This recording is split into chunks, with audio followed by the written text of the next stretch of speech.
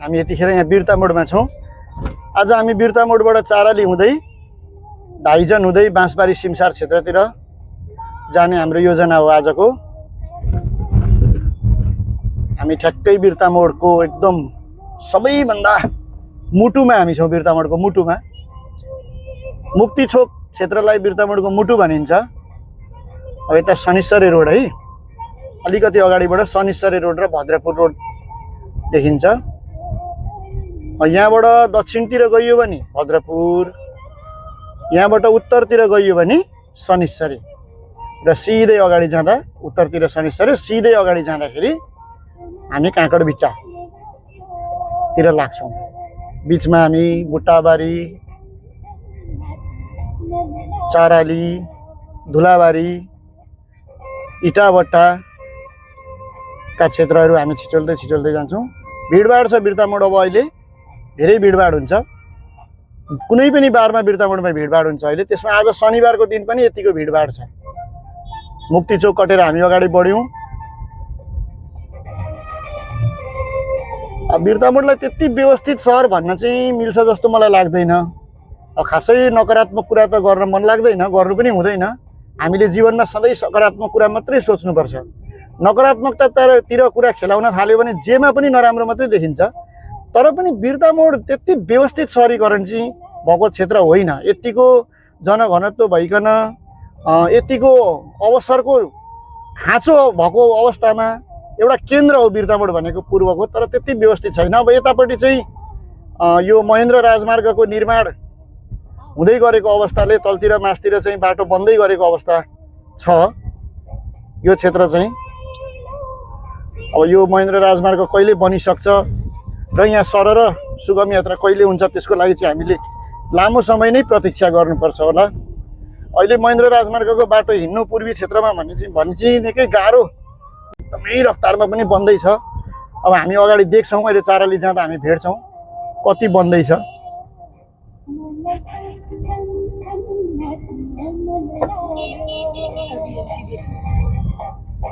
BNC अस्पताल अगाडि, BNC cancer अस्पताल र यो बिएनसी अस्पताल बिर्ता मोडमा अत्यन्तै चर्चित छ। अब हामी अगाडि जाँदैछौँ। बिर्ता मोडको मुख्य बजार लगभग सकिने स्थितिमा आयो। अझ अलि परतिरसम्म छ छन त। बिर्ता मोडको मुख्य बजार छोडेर हामी अब अगाडि चारालीतर्फ बढिरहेका छौँ। क्षेत्रमा हामी छौँ। बुट्टाबारीको गिरीबन्धु टी स्टेटको चिया बगान क्षेत्र। यहाँनिर चाहिँ यो महेन्द्र राजमार्ग, यो अलिकति खण्ड, यो 300-400 मिटरको खण्ड चाहिँ अत्यन्तै राम्रो बनेको छ। हुन त यो माथि अझै एक लेयर पिच हुन्छ। यो प्राइमेरी लेयर मात्रै हो। अब अझै सेकेन्डरी लेयर अझै 3-4 इन्च कतिको हो त्यो पिच हुन बाँकी नै छ। अब ठ्याक्कै पिच सकिहाल्यो। फेरि यहाँबाट अगाडि फेरि बाटो कच्ची सुरु भयो। ल कच्ची बाटोतिर लागौँ अब फेरि। यो बुट्टाबारी क्षेत्रको यतातिर खासै काम भएको छैन। यो बुट्टाबारी बजार एरिया चाहिँ ठ्याक्कै नै काम भएको छैन। यो महेन्द्र राजमार्गको सुरुमा अलिअलि काम सुरुवात भएको, केही 1 वर्ष 1.5 वर्ष अगाडि नै सुरुवात भएको। सुन्दर चिया बगान देखिन्छ यहाँ चाहिँ। यो चाहिँ अत्यन्तै राम्रो छ, मनमोहक छ चिया बगान। विशाल क्षेत्र पनि छ चिया बगानको। यो पनि यो बुट्टाबारी क्षेत्रको यो गिरीबन्धु टी स्टेट अन्तर्गत पर्छ यो चिया बगान।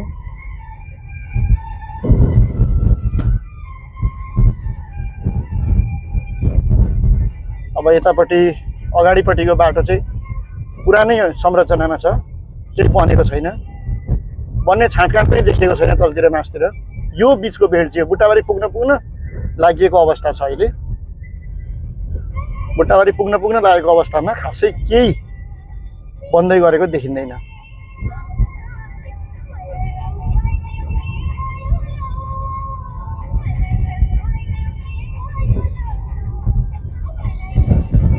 यहाँनिर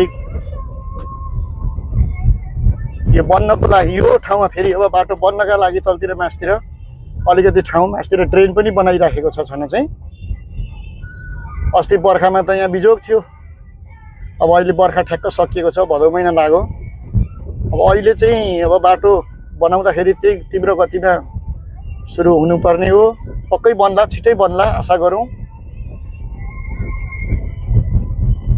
अहिले चाहिँ धुलो मैलोको यात्रा महेन्द्र राजमार्ग अन्तर्गतको यो बुट्टाबारी बजार क्षेत्रको मध्य भागमा हामी अगाडि बढिरहेका छौँ। अब बुट्टाबारी कटेर चारालीको जङ्गल क्षेत्र सुरु भयो। अब यो चाहिँ विशाल जङ्गल, यहाँदेखि चारालीसम्म परसम्म जङ्गलै जङ्गल क्षेत्र हो यो। चारालीको जङ्गल, ठुल्ठुला सालका रुखहरू, घना जङ्गल। अब यता अगाडि आर्मी ब्यारेक पनि छ चारालीको, त्यही भएर पनि यो अलिक संरक्षित छ। बाटो चाहिँ बन्दैछ यतापट्टि। महेन्द्र राजमार्गको निर्माणको गति छ यहाँ चाहिँ। यो क्षेत्रमा चाहिँ ठ्याक्कै अब यता पुरुवा छ, बिचको पुरानै बाटो छ। अगाडिपट्टि हामी देख्छौँ यहाँ पुल जस्तो खालको संरचना छ। खासमा यो चाहिँ जनावरको लागि बनाइएको अन्डरपास हो।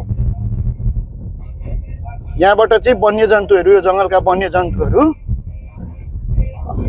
हाइवेमा तीव्र गतिमा चाहिँ सवारी साधनहरू चल्ने र तिनीहरूले त अब वन्यजन्तुलाई त सिधै असर गर्ने हुन्छ।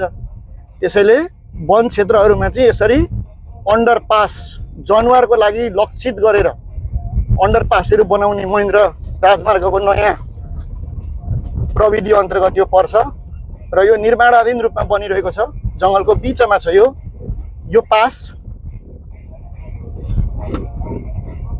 यो चाहिँ अन्डरपास हो। हामी लगातार जङ्गल क्षेत्रमा अगाडि बढिरहेका छौँ।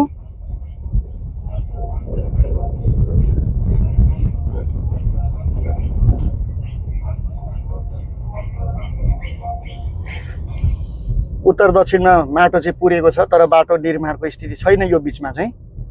अलि अगाडि चाहिँ फेरि नयाँ पिच बनेको छ, हामी पुगिहाल्छौँ त्यहाँ। घना जङ्गल छिचोल्दै हामी अगाडि जाँदैछौँ। चारालीको जङ्गलको रूपमा चर्चित यो जङ्गल क्षेत्र यो।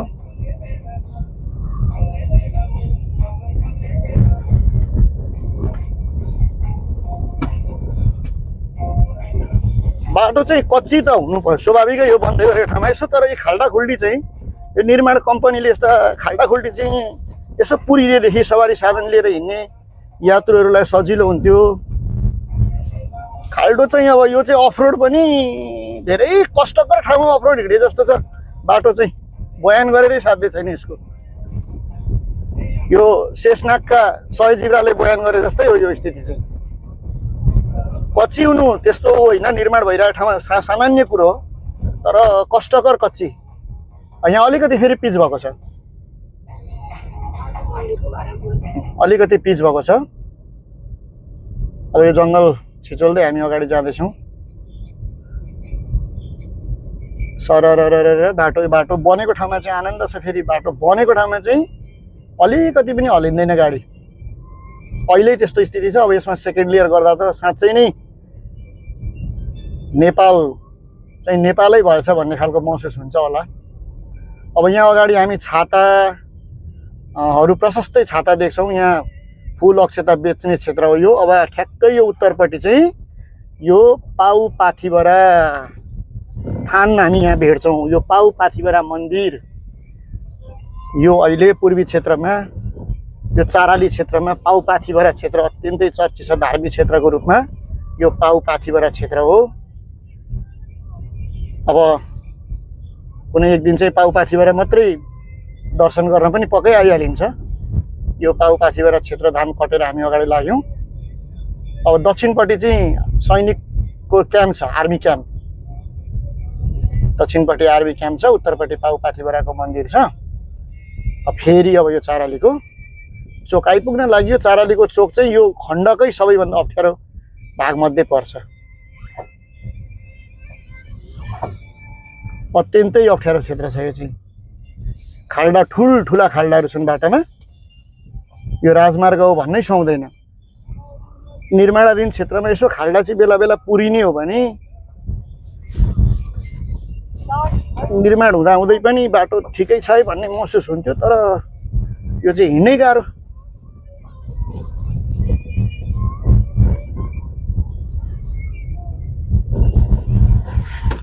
चाराली चोक आइपुग्न लाग्यौँ। यो खण्ड अत्यन्तै अप्ठ्यारो छ। दुर्घटना कतिखेर हुन्छ भन्ने कुरा खोट्याउनै गाह्रो छ। यहाँ चाहिँ पूर्वबाट पनि अब यो माथि यहाँनिर पछि ओभरहेड ब्रिज बन्ने होला, पिलरहरू राखिरहेको छ। ठ्याक्कै चोकमा आइपुग्यौँ हामी। अब यहाँबाट उत्तर गयो भने चाहिँ ठ्याक्कै हामी उत्तर लाग्यौँ भने चाहिँ इलाम गइन्छ। यो चाहिँ मेची राजमार्ग हो। यो अगाडि देखिरहेको चाहिँ मेची राजमार्ग हो, मेची राजमार्ग। अब यहाँबाट हामी इलाम, पाँचथर हुँदै ताप्लेजुङ जाने बाटो त्यही हो। अब यसको दक्षिणपट्टि अर्को बाटो छ, त्यो दक्षिणपट्टिबाट चाहिँ हामी झापाको सदरमुकाम चन्द्रगढी जान्छौँ। अब अगाडि हामी पूर्वै जाँदैछौँ। अहिले हामी सिधै पूर्व जाँदैछौँ, पूर्व काँकडभिट्टा पूर्वी बोर्डर। बाटो चाहिँ कष्टकर छ यो क्षेत्रमा, यो बिचको भागमा चाहिँ कष्टकर बाटो छ। यसपालिको यो हाम्रो बिर्तामोडदेखि धाइजन हुँदै बाँसबारी सिमसार क्षेत्र जाँदै लक्ष्यले हामी हिँडेका हौँ।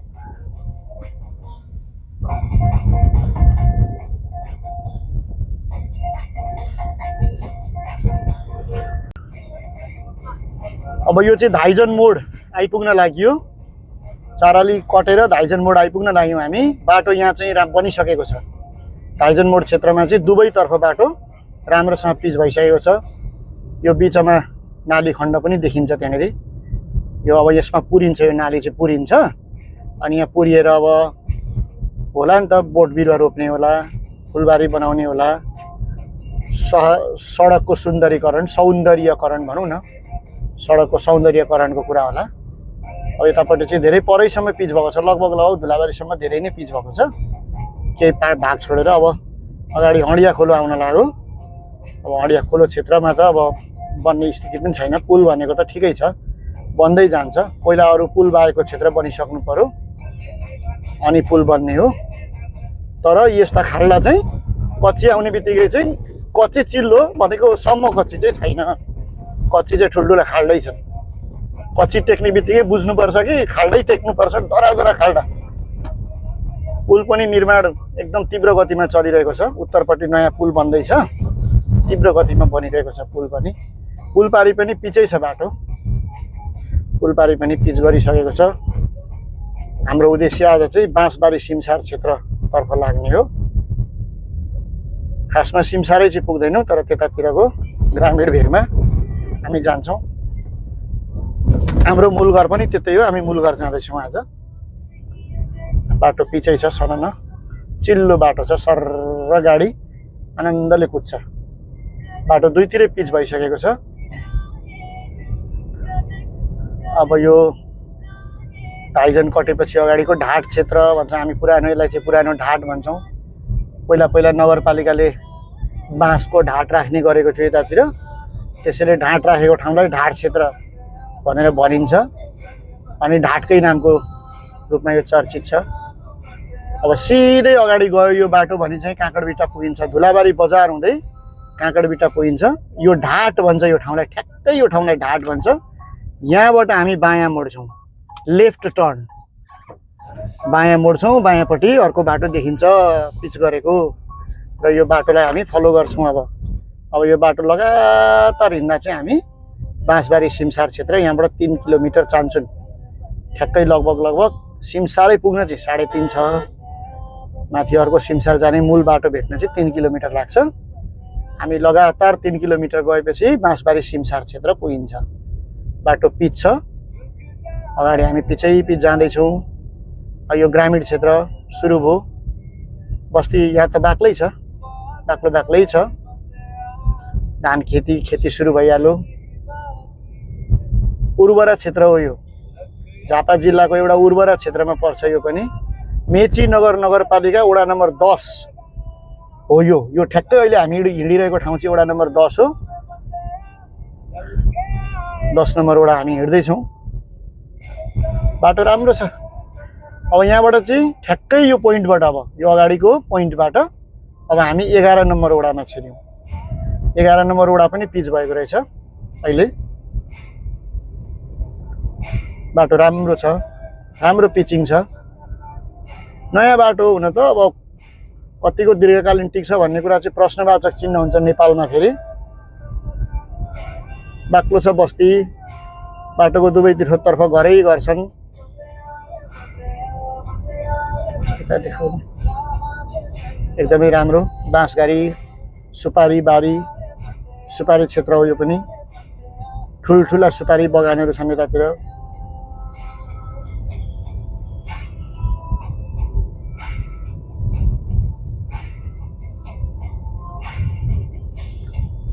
अब यहाँबाट अगाडि चाहिँ पिच सकियो। अब यहाँबाट अगाडि चाहिँ कच्ची बाटो सुरु भयो। 11 नम्बर वडा नै हो, तर पिच गर्नलाई एकदम तयारी अवस्थामा पुगेको छ। यो छिट्टै पिच हुनेछ, मलाई लाग्छ 10 अगाडिसम्मै पिच भइसक्ला यो।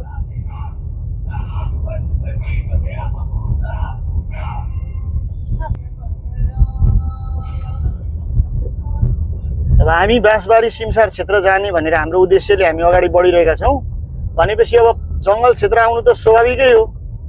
यो ठुलो जङ्गल क्षेत्र छ। यो हामी जुन पश्चिमपट्टि देखिरहेको छौँ, हामी उत्तर जाँदैछौँ, पश्चिमपट्टि देखिरहेका छौँ। अब यो त ग्रामीण भेग भइहाल्यो। सुपारी बाक्ला बाक्ला सुपारी बगानहरू छन्। सुपारी बगानको यो क्षेत्र हुँदै अगाडि बाटो राम्रो छ। पिच गर्ने अन्तिम ग्राभल पेलिसकिएको अवस्था छ। सानो चिया बगान पनि भेट्यो यहाँ आइपुग्दाखेरि। सानो चिया बगान भेट्यो। यो व्यक्तिगत चिया बगान हो। यो चाहिँ व्यक्तिगत चिया बगानको यो क्षेत्र कटेर हामी अगाडि लाग्यौँ। राम्रो ग्राभल भए पनि बाटो एकदमै राम्रो छ। धान खेती सुपारी बगान चाहिँ हामी एकदमै बाक्लै देख्न सक्छौँ।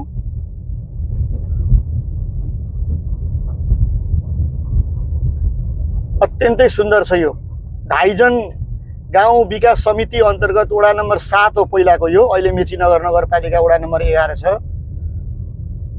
धाइजन वडा नम्बर 7 यो बस्ती नै बाँसबारी क्षेत्र हो। यो बाँसबारी क्षेत्र हामी आइपुगिसक्यौँ। यो बस्तीको नाम नै बाँसबारी हो, बाँसबारी टोल। अब अहिले चाहिँ बाँसबारी सिमसार क्षेत्र चाहिँ एउटा मिनी पर्यटकीय क्षेत्र, मिनी टुरिज्म एरिया भनौँ न। फाटिलो मैदान आयो यहाँ, अत्यन्तै ठुलो फाँट छ धानको। हरियो भएर धान निस्किसकेको छ, लह हरियो एकदमै राम्रो। खेतीयोग्य जमिन, धेरै प्रशस्तै खेतीयोग्य जमिन भएको ठाउँ यो। अब हामी यो बाटो अलि माथि पुगेर मोडिन्छौँ बाँसबारी सिमसार क्षेत्रतर्फ। अत्यन्तै सुन्दर धान खेती आएको छ। पर सुपारी बगान पनि छ, बाँसघारी क्षेत्र पनि छ। यतापट्टि अर्कोपट्टि पनि बाक्लो सुपारी बगान, बाँसको क्षेत्र भएकोले होला सायद बाँसबारी। आजको हाम्रो यात्रा बिर्तामोडदेखि बाँसबारीसम्म। बाटो बटुवाको अर्को यात्रामा फेरि भेटौँला। नमस्कार।